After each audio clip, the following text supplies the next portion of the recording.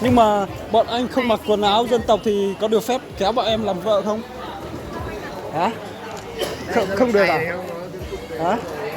Đây là dân tộc Lô thì không không có. Nhưng mà em ấy có chồng chưa? Tí lại à. Chứ có chồng thì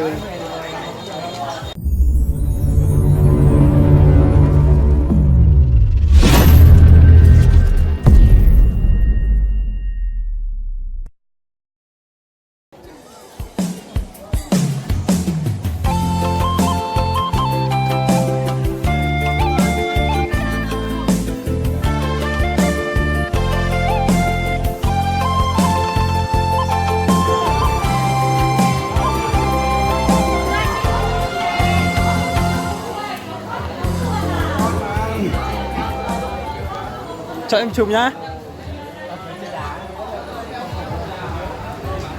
Rất là đẹp. Bộ có thể cho em quay video được không? Cho em hỏi vài câu nhá.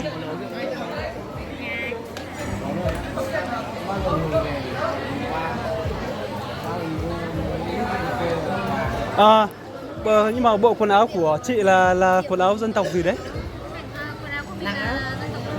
Hả? Hello. Lô à?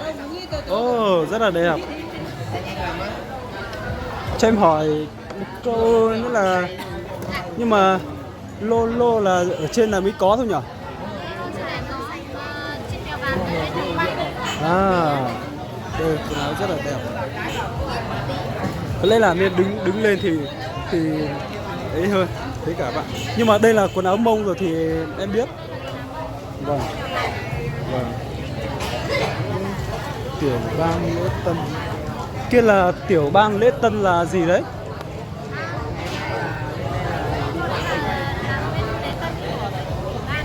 À. Bộ quần áo của chị rất là đẹp. Chắc là bằng chị nhỉ? Chắc là chị sinh năm bao nhiêu nhỉ? Chị sinh năm bao nhiêu nhỉ? Hả? Bà. Thế là bằng tuổi. Sao hôm nay đi chợ tình một mình à? Cho em hỏi một câu nữa là chị có chồng chưa? À. Đây. Chị tên là gì đấy? Hả? Huệ à? Huệ.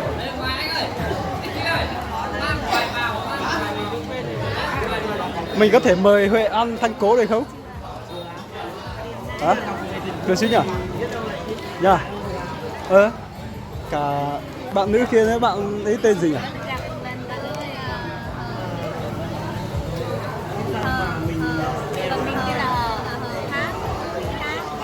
Có vẻ như nhìn hai bạn rất là quen này. Biết đâu mình đã gặp đâu chưa nhỉ? Đây là dân tộc Lô của Hà Giang. Bạn ấy mặc bộ quần áo rất là đẹp.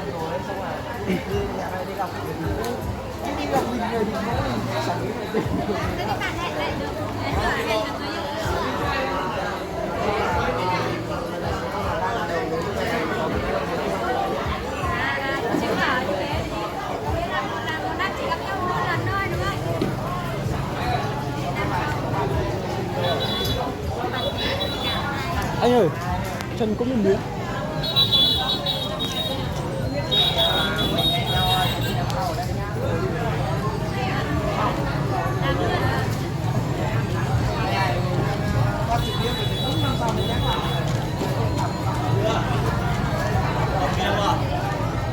Dạ. Ủa, tôi không có biết đâu à?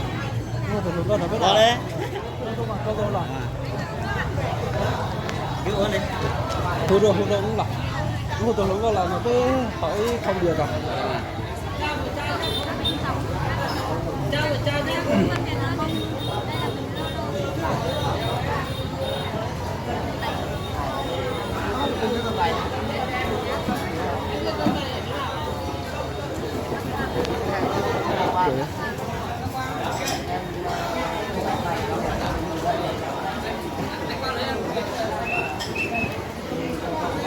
Cho mình hỏi được chưa? Cho mình hỏi được chưa? Nhưng mà tại nếu mà anh đeo cái vòng đấy thì em có thể quay anh được không? Rất là đẹp. Đẹp luôn. Mong bà xem luôn. Đấy hôm nay cùng đây được tặng cho người ta. Đâu cái này là đeo cái này đằng sau mà, cái này để cái này đằng sau mà. Vâng. Đây các bạn thấy đẹp không? Hàng thật luôn. Đâu để cái này xuống dưới, cái này xuống dưới đấy. Rất là đẹp. Ở đây. Nhưng mà tại vì anh ấy đeo cái ba lô cho nên là nó thế.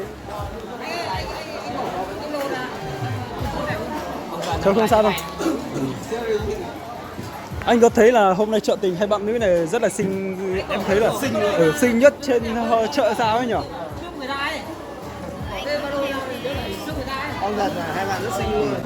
Nhưng mà bọn anh không mặc quần áo dân tộc thì có được phép kéo bọn em làm vợ không? Hả? Không được à? Hả? Đây là dân tộc Lolo thì không có. Nhưng mà em ấy có chồng chưa? Tí lại chỉ có chồng thì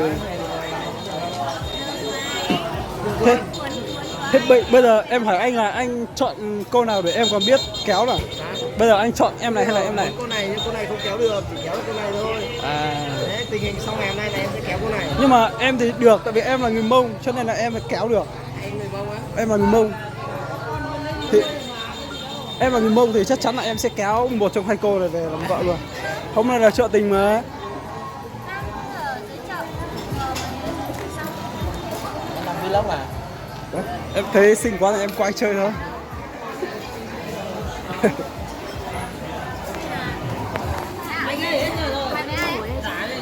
Mình muốn ngủ đây nhưng mà hỏi mấy nơi người ta cũng bạn ở đây bạn mấy người rồi. Hả? Đồng với thằng đó. Với thằng đó nó hơi đi xuống để đắng. Nhưng mà ké thôi. Hả? Mình chỉ đi ngủ nhờ thôi. Ngủ nhờ hết. Ngủ nhờ bạn ngủ cho mình đi đấy. Được. Anh ơi em gửi tiền. Đó, để đấy mình gửi cho. Lần đầu tiên gặp mặt. Anh ở không nha em Cho anh hỏi thêm một câu nữa được không? Cái gì nhỉ? Em tên là Huệ. Huệ ở chỗ nào nhỉ? Ngoài Mèo Vạc. Mèo Vạc à? Tí nước bên vòng. Cảm ơn nha. Thế một tí mình có thể về nhà Huệ chơi được không? Chắc là không nhỉ? Tại vì nhưng mà mình lại chưa về được bây giờ. Thế Huệ đi luôn bây giờ. Có thể cho mình xin nick Facebook được không để còn dễ liên lạc được không? Nick Facebook của Huệ là gì nhỉ? Huệ Mai à? Nick Facebook của bạn ấy là Huệ Mai, nhưng mà nhắn tin nhớ trả lời nhá. Ok, chào bạn nhá. Chào bạn nha, cảm ơn nha. Thôi đi mất rồi.